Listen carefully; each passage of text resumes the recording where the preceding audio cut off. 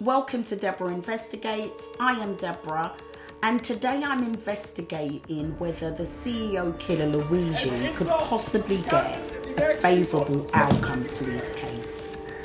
You see, the evidence seems to be overwhelming, and yet the public seems to be so hopeful that he will get a favourable outcome. And they've raised over $200,000 and counting for his criminal defence. And yet the evidence is overwhelming. We have video surveillance of Mr. Luigi in New York. He was found with the gun, and ballistic evidence is going to show that that was the gun used to kill the CEO. We have Mr. Luigi with his manifesto. And then on the morning of the killing, Mr. Luigi went to Starbucks, bought a snack, threw the snack wrapper on the floor, and there's his fingerprints. So the evidence seems to be overwhelming, and yet the public is hopeful. So in investigating what could he possibly do to get a favourable outcome, I humbly surmise that the best thing that Mr. Luigi could do is to raise the insanity defence. Let me unpack that a little bit. The state has to prove two things. It has to prove that A, an act was committed, and then B, that the person who committed the act was culpable for the act. And in this case, the act was the act of murder, and we saw it. We see Luigi commit the act of shooting the CEO. So that kind of satisfies that first requirement. The second requirement for the mental state is a little bit more tricky. I'm going to illuminate it by talking about a really good case, People versus Huey P. Newton. It's a 1968 case in California.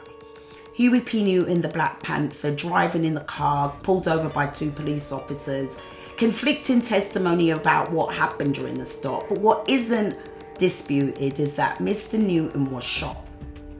And Mr. Newton testified that after he was shot, he went into a semi-conscious state.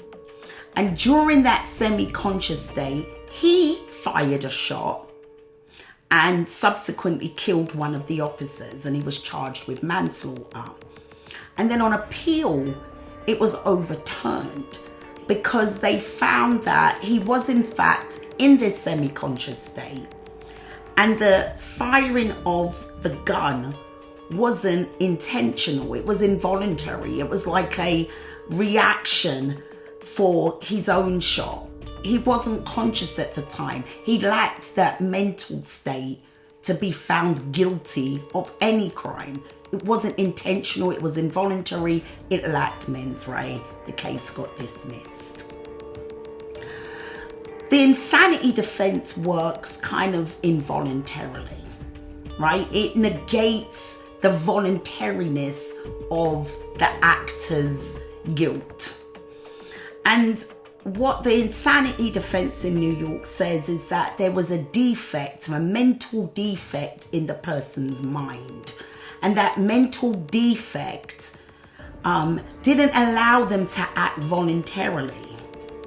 They did the act, but the mental defect didn't let them appreciate the wrongfulness of their actions. Now, they may know it's illegal, but it doesn't mean that the fact that they know it was illegal, that they really understand how morally repugnant that kind of action was.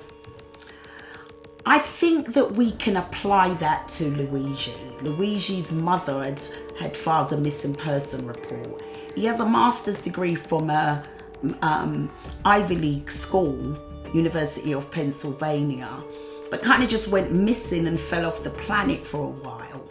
And then what is even more bizarre about his behaviour is that there's evidence that nobody in his family is insured by United Healthcare. So why the hatred towards United Healthcare?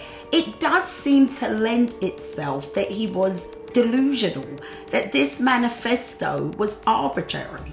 It doesn't seem to be somebody who was thinking logically. So let's raise the insanity defense. Mr. Luigi, peace out.